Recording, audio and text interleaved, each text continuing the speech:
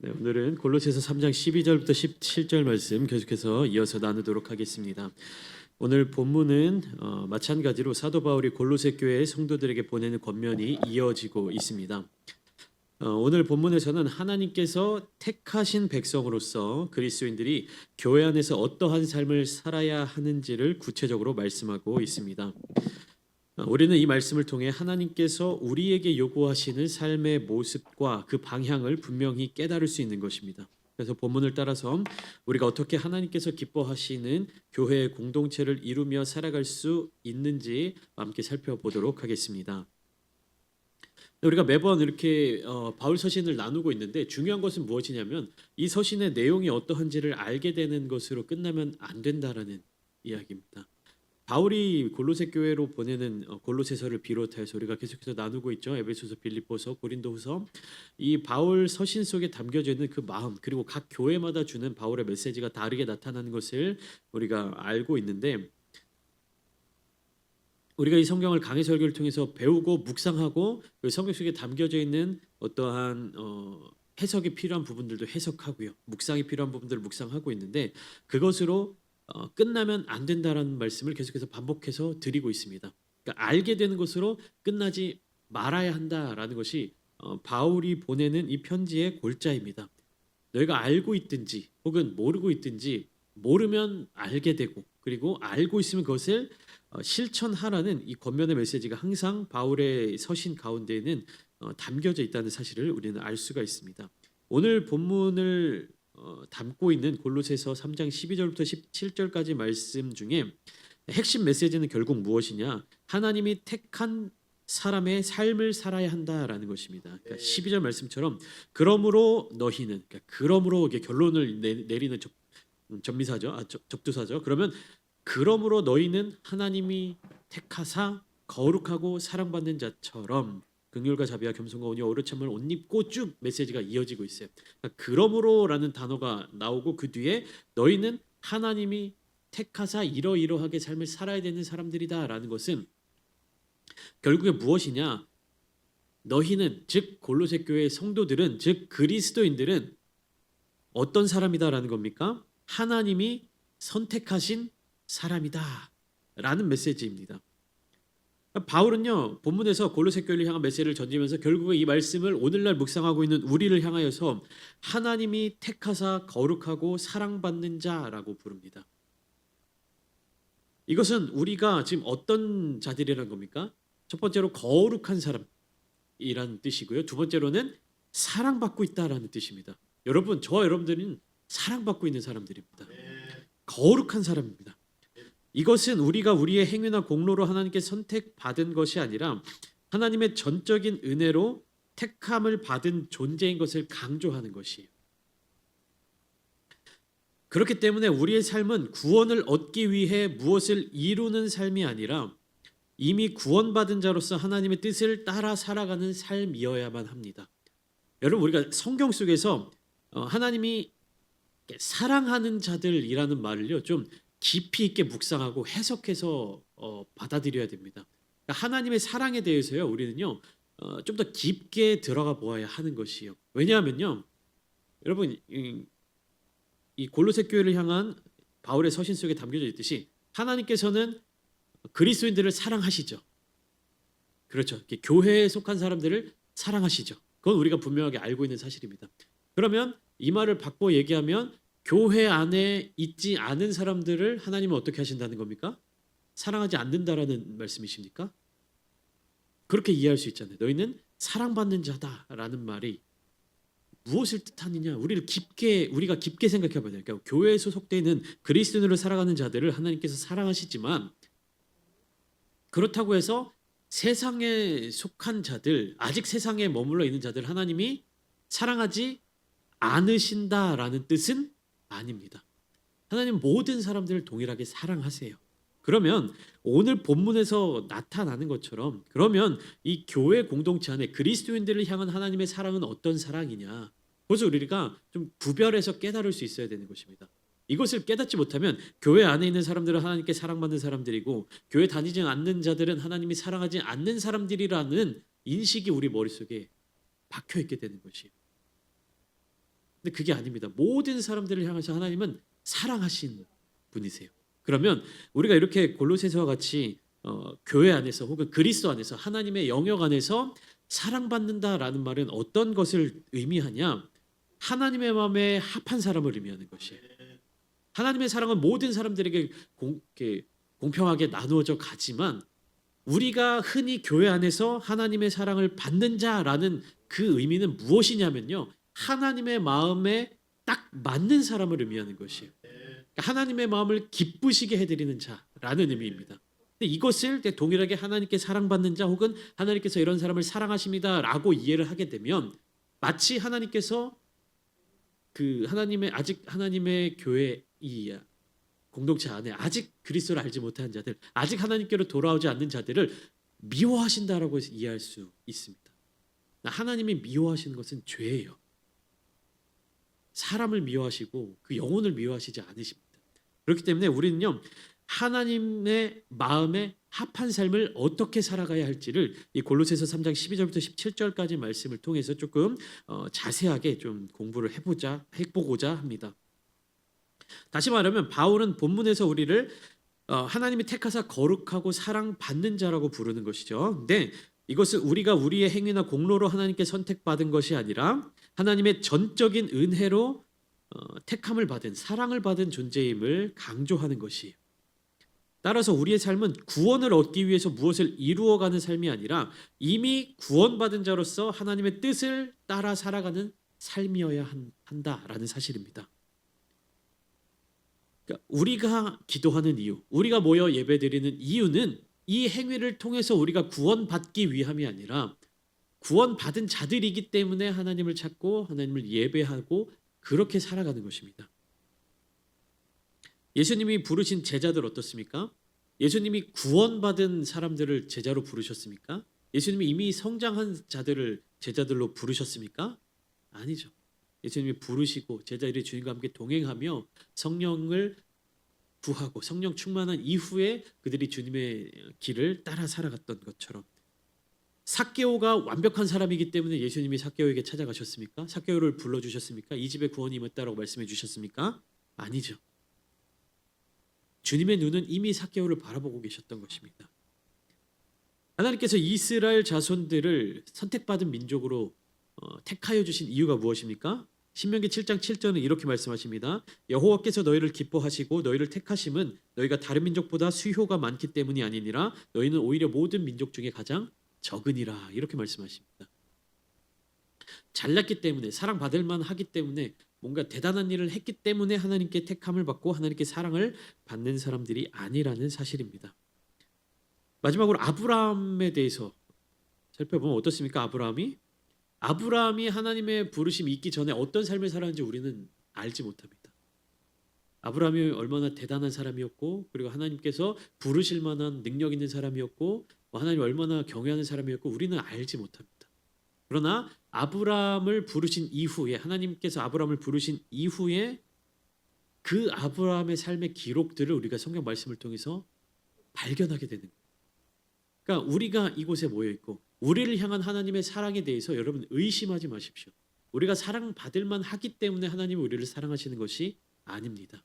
우리가 사랑받을 만한 어떤 행동을 하기 때문에 하나님이 사랑하신다면 그런 걱정에 매일 수 있어요. 무엇입니까? 내가 사랑받을 만하지 못하게 된다면 내가 하나님 앞에 뭔가 하나님의 마음에 들지 않는 행동을 한다면 내가 하나님 앞에 무엇인가 실수한다면 하나님이 나에 대한 사랑을 거두어 가진 않으실까? 그런 걱정을 하게 된다는 이야기죠. 근데 하나님께서 우리에게 주신 그 사랑은 값없이 주시는 사랑이기 때문에 대가 없이 주시는 사랑이기 때문에 그래서 우리는 은혜로 받아들여야 한다는 것입니다. 우리가 하나님의 사랑이 거두어져 갈까 걱정하는 것, 두려워하는 것은 다윗이 고백했던 것처럼 내 안에 죄로 말미암아 하나님께로 나아가지 못한 내 안에 죄로 말미암아 하나님의 은혜를 깨닫지 못하는 것, 내 안에 죄로 말미암아 하나님의 사랑의 자리 가운데로 나아가지 못하는 것을 걱정해야 하는 것이지 내가 죄를 지었기 때문에 하나님은 나를 더 이상 사랑하지 않으실 거야. 이거는 잘못된 개념이라는 말씀입니다. 결과적으로는 같은 모습으로 나타나는 것처럼 보일지라도 그 개념을 우리가 이해하고 말씀 가운데로 나아가야 한다는 것이죠.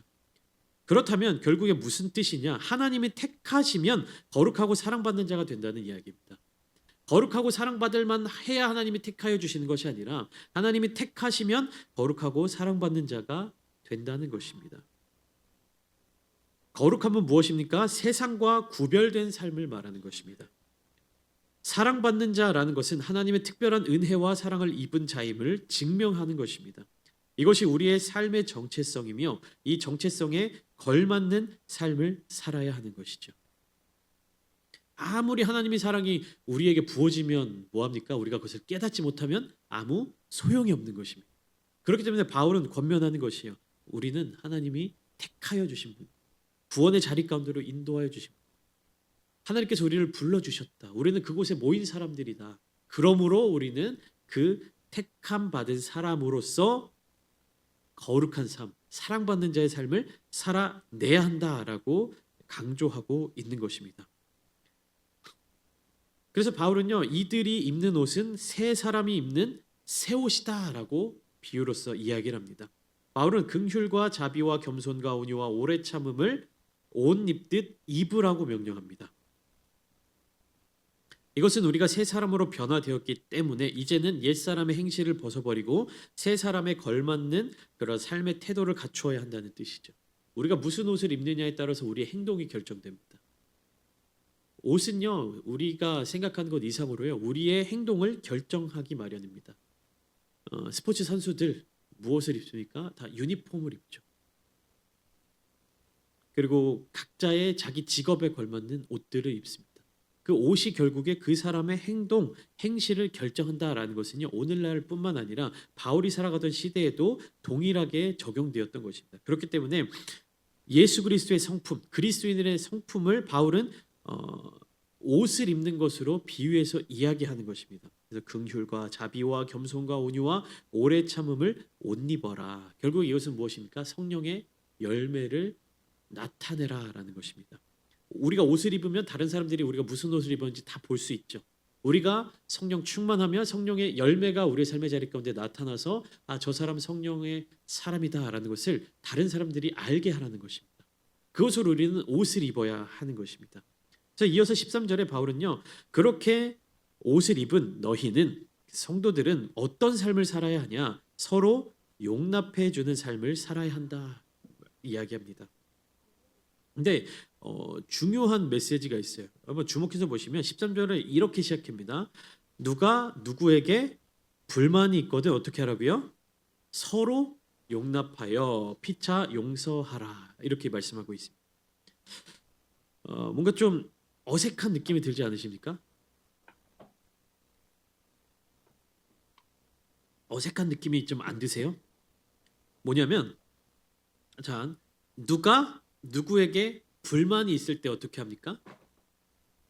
뭐 A라는 사람이 있습니다. 그리고 B라는 사람이 있어요. A라는 사람이 B라는 사람에게 불만이 있어요. 뭔가 B가 잘못을 했든지 혹은 A가 오해를 했든지 뭔가 두 사람 사이에 뭔가 문제가 있든지 A라는 사람이 B에게 불만이 생겼어요. 그러면은 우리가 생각하는 해결 방법은 뭡니까? B가 A에게 용서를 구하든 뭐 잘못했다라고 얘기하든 뭐 오해를 풀어주든 B가 해결해야 되잖아요. 그러니까 그 문제에 불만이 있는 사람이 있고 그 불만을 갖게 한 사람이 있으면 어떻게 합니까? 그 문제의 해결을 이 사람이 제시해야 되는 게 우리의 어떤 상식이죠. 근데 바울은 뭐라고 얘기합니까? 누가 누구에게 불만이 있거든 어떻게 하라고요? 서로 용납해라. 이것을 우리가 주목해서 보아야 됩니다. 여기서 중요한 단어는요, 서로예요. 서로. 용납과 용서는요, 일방적인 것이 아니라 상호작용이 이루어지는 그런 상호적인 것입니다. 그러니까 내가 이 사람에게 불만이 있다라고 해서 나 중심적으로 생각하면 어떻게 생각하는 겁니까? 저 사람이 잘못했어. 저 사람이 나에게 실수했어. 저 사람이 문제가 있어. 그렇게 하면 해결 방법을 무엇으로 찾아갑니까? 너가 바뀌어야 돼. 너가 문제가 있으니까 너가 고쳐야 돼. 너가 좀 똑바로 하고 너가 좀 회개해야 돼. 이렇게 됩니다. 근데 내가 이 사람에게 불만이 있다 할지라도 어떻게 해결하면 서로 용납하고 그러니까 나의 연약함을 인정하고 고백하는 것입니다. 나 중심적인 시각에서 누구의 시선으로 바라보는 겁니까? 예수 그리스도의 시선. 여러분, 하나님의 시선으로 바라볼 때 주님의 시각에서 우리 모든 사람들은요, 완전한 사람이 없습니다. 온전한 사람이 없습니다. 누구나 다 하나님 앞에서 부족하고 연약한 자들입니다. 그렇기 때문에 그리스도인 공동체 안에서 우리는요 서로 용납하고 서로 용서할 수 있는 관계여야 하는 것입니다. 내가 누군가에게 불만을 갖는다 할지라도 그것이 그 사람만의 문제가 아님을 고백하는 것이 우리 모두의 문제, 내가 함께 감당해야 할 문제, 내가 함께 그를 위해서 기도해 줘야 될 책임이 있다라는 사실을 바울은 이야기하는 것입니다. 서로가 다투는 것이 아님에도 불구하고 서로 용납하는 것, 그것이 교회 공동체의 모습입니다. 세상 공동체는 무엇입니까? 저 사람이 나한테 잘못했으면 저 사람이 책임을 져야 되고 저 사람이 대가를 치러야 돼. 나는 의인이고 나는 완전한 사람이야. 이것이 세상적인 기준이라면 교회의 기준은 무엇이 되어야 됩니까? 설령 저 사람이 나에게 잘못을 했다 하더라도 서로 용납하고 서로 용서해야 한다는 사실입니다. 그렇기 때문에 우리는요 교회 안에 갈등이 없더라도 우리는 서로의 연약함을 받아들이고 그것을 위해서 기도해 주어야 돼요. 문제가 겉으로 드러나지 않고 문제가 나타나지 않고 각자가 성숙한 그리스도인으로서의 삶을 살아간다 할지라도 우리는요 서로 용납하는 신앙생활을 해 나가야 하는 것입니다. 이것은 단순히 그냥 다툼을 피하는 것, 싸우는 것을 좀 회피하는 그런 차원을 넘어서 진정한 예수 그리스도를 향한 그리고 예수 그리스도로 말미암는 평화 그리고 그 조화를 이루어가는 데 목적이 있기 때문입니다. 바울은요 그래서 핵심적인 메시지를 또 이렇게 얘기합니다. 왜냐하면 주님께서 너희를 용서하셨기 때문에. 여러분 예수님이 무슨 죄가 있으셔가지고 십자가를 지셨습니까? 예수님이 어떠한 잘못을 지셔서 그 죄에 대한 책임을 지셨습니까? 예수님은 아무 죄가 없으신 분이시죠. 그럼에도 불구하고 십자가를 지셨습니다. 무엇 때문에? 우리 죄 때문에. 그리고 그 죄를 해결하시고 화평을 이루시기 위해서. 그래서 예수님 평강의 왕이시잖아요. 그러니까 우리 또한 그리스도인 공동체 안에서 내가 스스로 생각할 때 잘못이 없다 하더라도 저 사람의 잘못이라 하더라도 어떻게 해요? 내가 그것을 품어주고 책임져 줄 수 있어야 한다라는 의미입니다. 그것이 예수 그리스도께서 십자가로 말미암아 이루신 화평이기 때문에. 그래서 바울은요 예수 그리스도의 용서를 우리의 용서의 모델로 제시합니다. 그분이 우리의 모든 죄를 용서하셨기 때문에 우리도 형제를 용서하지 않을 이유가 없습니다. 우리도 이 공동체 안에서 용서하지 않을 이유가 없습니다. 자격이 없습니다. 그렇기 때문에 용서는 교회의 사랑을 실천하는 가장 중요한 방식 중 하나입니다. 용서하는 것, 용납하는 것, 받아들이는 것. 그리고 14절 말씀을 통해서 바울은 이렇게 얘기합니다. 이 모든 것 위에 사랑을 더하라. 사랑을 더하라. 왜냐하면 사랑은 온전하게 매는 띠이기 때문이다. 온전하게 매는 띠. 그러니까 바울은요 사랑을 온전하게 매는 띠라고 표현을 하고 있는데 이것은 사랑의 모든 덕목들을 결속하고 완성시킨다라는 뜻입니다. 12절에서 나타난 것처럼 긍휼과 사랑받는 자처럼 긍휼과 자비와 겸손과 온유와 오래 참음 이와 같은 모든 덕목들은 어디에서 온전하게 드러나냐면 사랑 안에서 온전해진다라는 것입니다. 여러분 띠, 그러니까 온전하게 맺는 띠, 성경 속에서 나타나는 띠는 어떠한 역할을 하느냐, 무슨 의미를 가지고 있느냐. 보통 성경 속에서 나타나는 띠는요, 옷을 이제 동이는 허리띠를 의미합니다. 띠는 이 옷을 고정하여서 정리하는 역할을 하죠. 이스라엘 사막 지역이기 때문에 중동 지역은 겉옷과 속옷을 이렇게 로브식으로 길게 늘어뜨려서 바람을 막아주고 먼지를 막아주는 그런 옷을 입었기 때문에 우리 성가대 가운 입듯이 그렇기 때문에 이렇게 팔이라든지 다리라든지 이렇게 품이라든지 여기 막 이렇게 흩날릴 수가 있어요. 그래서 그것을 끈으로 띠를 둘러서 고정을 시켜 놓습니다. 옷이 흐트러지지 않고 풀어지지 않고 벗어지지 아니하도록. 그래서 사랑은 이 온전하게 매는 띠와 같이 그 모든 것들을 둘러서 딱 단단하게 고정해 준다라는 것입니다. 모든 덕목들을 조화롭게 결합하여서 교회의 공동체가 흔들리지 않게 붙잡아주는 것이 무엇이라고요? 사랑입니다. 아무리 좋은 것들, 아무리 좋은 열매들, 아무리 좋은 능력들, 대단한 능력들이 나타난다 할지라도 사랑이 없으면 이게 막 중구난방으로 흩어져 버린다라는 것이에요. 모든 능력, 모든 어떤 그런 덕목들이 무엇으로 딱 잡혀야 된다라는 겁니까? 사랑으로 잡혀야 된다는 것이. 바울이 살던 이 시대는요, 철학적인 사상이 굉장히 사회 속에서 어, 자리 잡고 있었던 시대입니다. 플라톤은 이런 이야기를 했습니다. 어떤 두 사물은 제3의 어떠한 것이 없이는 아름답게 묶을 수 없다, 이렇게 이야기합니다. 무슨 뜻이냐면 A라는 물건이 있고 B라는 물건이 있습니다. 근데 이 두 개가 그들 스스로의 힘만으로는 이렇게 묶여지지 않는다라는 게, 붙을 수 없다라는 겁니다. 제3의 어떠한 것이 그 두 가지를 이렇게 둘러싸줘야 아름답고 단단하게 묶인다라는 것이. 그러니까 내가 저 사람과 뭐 여러 가지 의미로 묶여 있을 것이다라고 이야기할 때 이 두 사람의 힘만으로는 묶을 수 없다는 거예요. 두 사람이 꼭 붙어 있어야 된다, 묶여 있어야 된다라고 할 때 어떻게 묶을 수 있습니까? 두 팔로 앉든지 뭐 손을 꼭 잡고 있든지 그게 연결될 수 있는 여러 가지 방법이 있지 않겠습니까? 근데 그렇게 A와 B, 사람 대 사람으로만 묶여 있으면 어떻게 돼요? 금방 떨어질 수밖에 없습니다. 아무리 힘을 주고 안고 있고 아무리 붙잡고 있는다 할지라도. 근데 그 두 사람을 이렇게 띠로 묶어주고 이렇게 끈으로 연결해주면 어떻게 됩니까? 단단하게 묶여 있을 수 있다라는 겁니다. 사랑이 바로 그런 역할을 한다는 것이에요. 그래서 바울은요, 이 띠를 띈다, 띠를 맨다라는 말을요, 성경 곳곳에서 종종 사용합니다. 에베소서 6장 14절 하나님의 전신갑주를 말씀할 때도 그런즉 서서 진리로 너희 허리 띠를 띠고 의의 호심경을 붙이고, 그러니까 옷가지를 딱 여미고 하라는 것처럼 여기에서는 골로새서의 말씀에서는 무엇으로 단단하게 옷을 매라는 겁니까? 사랑으로 묶어야 한다라고 이야기하고 있는 것입니다. 자, 여러 가지 성령의 열매들이 성도들의 삶의 자리 가운데서 나타나고 있고, 그리고 사랑으로서 그 모든 것들을 단단하게 묶은 다음에는 그 다음에 무엇을 하라고 15절 말씀에 명령을 하냐면 그리스도의 평강이 너희 마음을 주장하게 하라, 이렇게 이야기합니다. 너희는 평강을 위하여 한 몸으로 부르심을 받았다.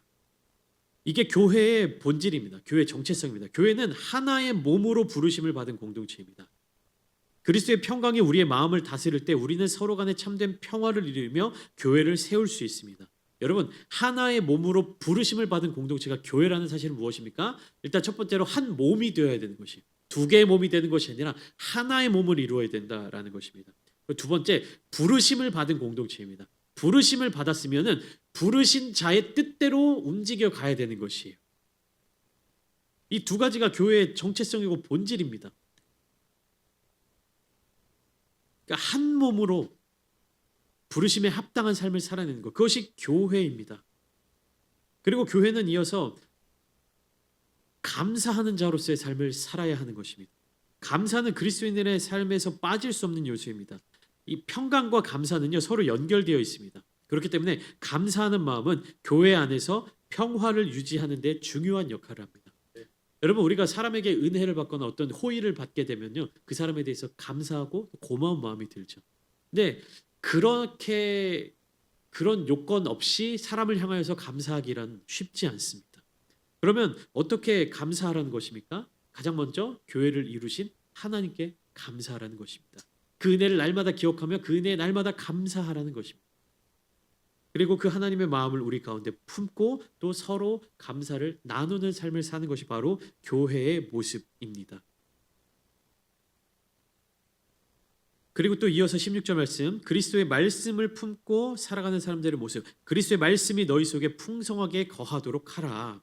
바울은 그리스도의 말씀이 풍성히 거하도록 서로 가르치고 권면하며 또 시와 찬송과 신령한 노래로 하나님을 찬양하라고 명령하는 것입니다.